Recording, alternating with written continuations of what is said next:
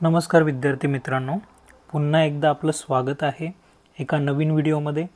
या व्हिडिओमध्ये आपण चायनीज कोडिंग डिकोडिंगवरचे प्रश्न बघणार आहोत। बघा, आपल्याला एग्जाममध्ये अशा प्रकारे कोडिंग डिकोडिंग दिलेलं असतं आणि त्याच्यावरती 5 प्रश्न विचारलेले असतात।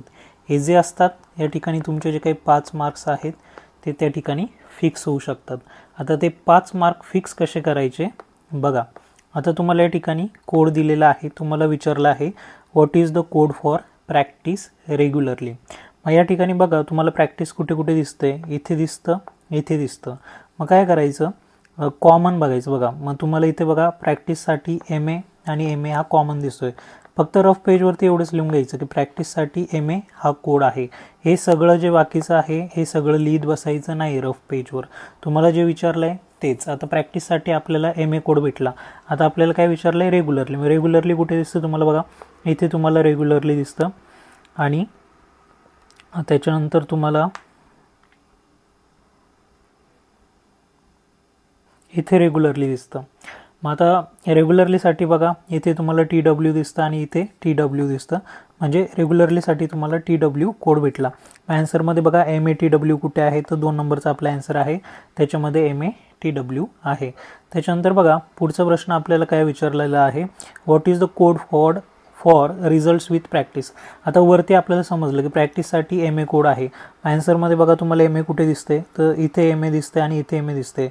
दुसरं आपला ॲन्सर नसणार आहे आणि चौथा आपला ॲन्सर नसणार आहे। आता तुम्हाला कोड कशासाठी बघायचं आहे, रिझल्ट्स आणि विथसाठी। आता बघा इकडे रिझल्ट्स तुम्हाला कुठे दिसतंय, इथे रिझल्ट, इथे रिझल्ट, इथे दिसतंय, इथे P B P B P बी कॉमन दिसतंय। याचा अर्थ काय, तर रिझल्टसाठी तुम्हाला पी बी कोड भेटलं। मग बघा एम ए पी बी कुठे दिसतंय, तर इथे दिसतंय तुम्हाला एम ए पी बी, म्हणजे आपला ॲन्सर येणार 3rd नंबर। त्याच्यानंतर पुढे बघा तुम्हाला विचारलं आहे की what is the code for continue. कंटिन्यूसाठी कोड काय आहे। मग आता बघा इथे तुम्हाला कंटिन्यू दिसतंय, फक्त एकाच ठिकाणी आता कंटिन्यू आहे, दुसरीकडे कुठे पण तुम्हाला कंटिन्यू दिसत नाही। पण तुम्हाला माहिती की प्रॅक्टिससाठी एम ए कोड आपल्याला भेटलं होतं बघा, इथे सॅटिस्फॅक्शन, इथे सॅटिस्फॅक्शन आपल्याला भेटतं आणि सॅटिस्फॅक्शनसाठी कोड आहे एफ ए, म्हणजे सॅटिस्फॅक्शनसाठी आपल्याला कोड भेटला एफ ए।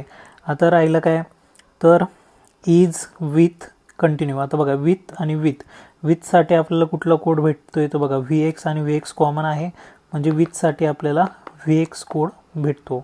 आता कंटिन्यूसाठी कोड विचारला आहे, काय उरलं, कंटिन्यू आणि इज विचारलं।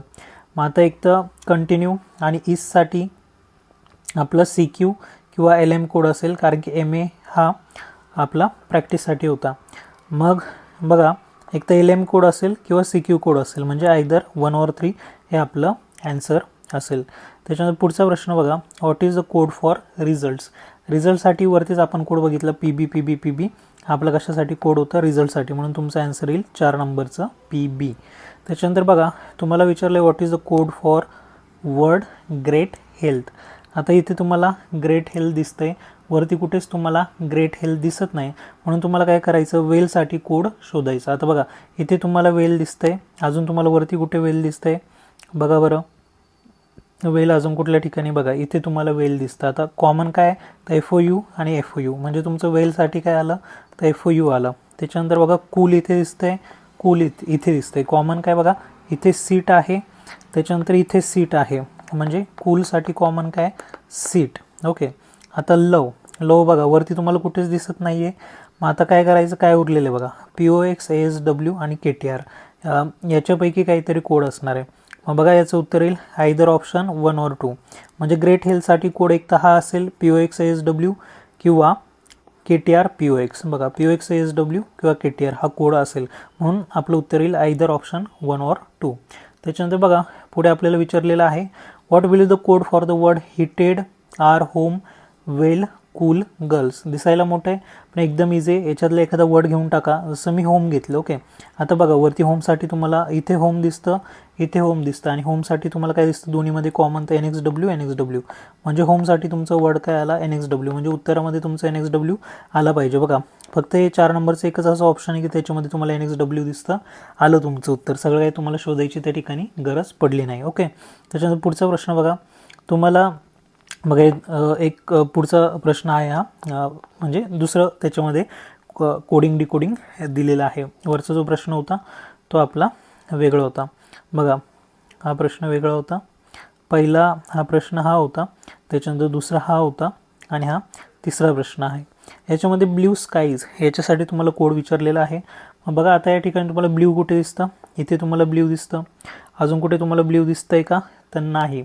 पण जे स्काईज आहे ते तुम्हाला दोन ठिकाणी दिसतं बघा, इथे स्काईज दिसतं आणि इथे स्काईज दिसतं. मग स्काईजसाठी त्या ठिकाणी कॉमन काय आलेलं आहे, तर मग बघा या ठिकाणी ओ ओ हे कॉमन आलेलं आहे, म्हणजे स्काईजसाठी तुमचा कोड काय असणार आहे, ओ ओ. ॲन्सरमध्ये बघा इथे ओ दिसतो, इथे ओ दिसतो, म्हणजे 3 नंबरचा ॲन्सर असणार आहे. ओके, 1 नंबरमध्ये पण तुम्हाला ओ ओ दिसतो, तर मग फक्त तुमचं काय कट झालं, 3 नंबर कट झाला. आता 1 2 4 पैकी तुम्हाला ॲन्सर निवडायचं आहे. ओके, स्काईज गेलं. आता ब्ल्यूवरती कुठेच नाही, म्हणून आपल्याला ऑल आणि आरसाठी कोड शोधावं लागेल. बघा ऑल, आता ऑलसाठी कोड काय, तर इथे बघा सी तुम्हाला कॉमन दिसतं, म्हणजे ऑलसाठी तुमचं कोड आहे सी. ओके, आता आर बघा, इथे तुम्हाला आर दिसतं, इथे आर दिसतं आणि दोघांमध्ये कॉमन दिसतं तुम्हाला एफ, म्हणजे आरसाठी तुमचा कोड काय आला, एफ. आता राहिलं तुमचं फक्त ब्ल्यू आणि इथे राहिलं तुमचं फक्त डी, म्हणजे मग ब्ल्यूसाठी तुमचा कोड काय येणार आहे, डी. मग आता इथे तुम्ही बघू शकता स्काईजसाठी कोड होता ओ आणि ब्ल्यूसाठी तुमचा आहे डी, म्हणजे ऑप्शन दुसरं डी ओ हा तुमचा कोड आला ब्ल्यू स्काईजसाठी. त्याच्यानंतर पुढचा प्रश्न बघा, what is the code for blue whale. आत्ताच आपण बघितलं की आपल्याला ब्ल्यूसाठी काय कोड भेटला होता, तर डी. मग आता तुम्ही ॲन्सरमध्ये बघा डी तुम्हाला कुठे दिसते, इथे दिसते, इथे दिसते, म्हणजे 4 तुमचं उत्तर नसेल, 2 नसेल, 1 उत्तर नसेल. डी इथे आहे, डी इथे आहे.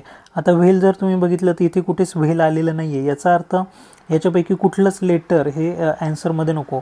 आता तुम्ही इथे बघा, इथे सी आलेलं आहे, जे इथे आहे इथे व्हेल नाही आहे, बरोबर ना, तर मग इथे सी येणार नाही, म्हणून तुमचा ॲन्सर असेल डी जी. कारण की जो सी आहे तो बघा ऑलसाठी तो सी होता, मग तो व्हेलसाठी येणार नाही, हा लक्षात.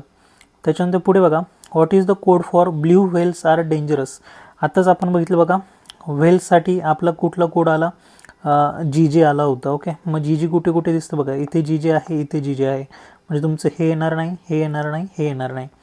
ओके, व्हेलसाठी तुमचा काय होता, जी होता. त्याच्यानंतर ब्ल्यूसाठी तुमचा कोड आत्ताच आपण बघितलं की ब्ल्यूसाठी आपल्याला कुठला कोड भेटलेला होता, हे बघा डी भेटलेला होता ब्ल्यूसाठी. ओके, मग आता इथे डी कुठे दिसतंय बघा, डी, तर डी तुम्हाला इथे दिसतं बघा, डी जी. ओके, मग हे झालं तुमचं ब्ल्यू व्हेलसाठीचं कोड. तुम्हाला कोड विचारला आहे ट्रीज आर डेंजरस. मग आता हे जर 2 गेले तर डेंजरससाठी तुम्हाला बघा झेड कोड भेटेल, झेड हा कोड तुम्हाला डेंजरससाठी भेटेल. आणि मग आरसाठी कुठला कोड येतो तुम्हाला बघायचा. आता वरती जर बघितलं तर इथे तुम्हाला आर दिसेल, इथे आर दिसेल, कॉमन काय आहे बघा इथे एफ आणि एफ, म्हणून एफसाठी तुमचा कोड काय येणार आहे, आर. ओके, मग आता बघा आर झेड डेंजरसाठी तुमचं झेड होतं. ॲन्सरमध्ये एफ झेड जी तुम्हाला इथे दिसते बघा, एफ झेड जी, म्हणजे 3 नंबरचं तुमचं त्या ठिकाणी ॲन्सर असेल. अशा पद्धतीने बघा मित्रांनो, काही प्रश्न आपण त्या ठिकाणी चायनीजचे कोडिंग डिकोडिंगचे घेतले. धन्यवाद मित्रांनो, बाय, टेक केअर.